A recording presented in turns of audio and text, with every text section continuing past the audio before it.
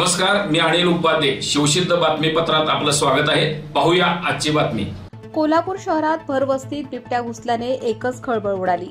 Tarabai park परिसरात घुसलेल्या या बिबट्याने एका पोलीस कर्मचाऱ्यावर हल्ला केला.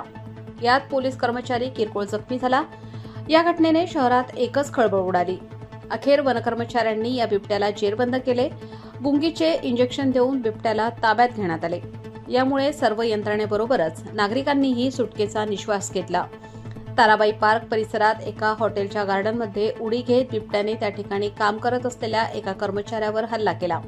यानंतर याच ठिकाणी असलेल्या महावितरणच्या कार्यालयात एका चेंबरमध्ये बिबट्या लपून बसला. बिबट्या नेमका कुठून आला याबाबत संभ्रम आहे. गेल्या काही दिवसांपासून नागरिक वस्तीत बिबट्याचा वावर वाढला आहे. यामुळे नागरिकांमध्ये भीतीचे वातावरण आहे.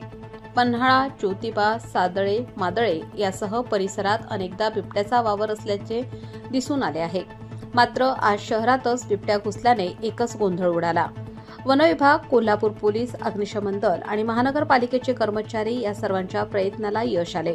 अखेर बिबट्या जेरबंद. पोलीस कर्मचाऱ्यांसह आणखी एकावर हल्ला. तब्बल 4.5 तासांच्या अथक प्रयत्नानंतर बिबट्याला पकडण्यात यश आले. तिथे आपले वन विभाग, अग्निशमन दल आणि पोलीस विभाग आपले आलेत आणि बिबट्या एका ड्रेनेजच्या होलमध्ये बंदिस्त झालेला आहे असे दिसून आले. पण प्रत्यक्षदर्शी पाहता त्या ड्रेनेजला 2 आउटलेट होते. एक होल पॅक केलं तर दुसऱ्या होलातून तो येण्याची शक्यता जास्त होती.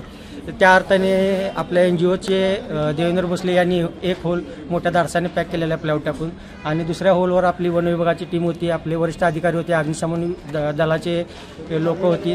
त्यांनी जाळी टाकता क्षणी त्याच होलातून बिबट्या डायरेक्ट आपल्या जाळीत अलगद आलेला आहे. ओके.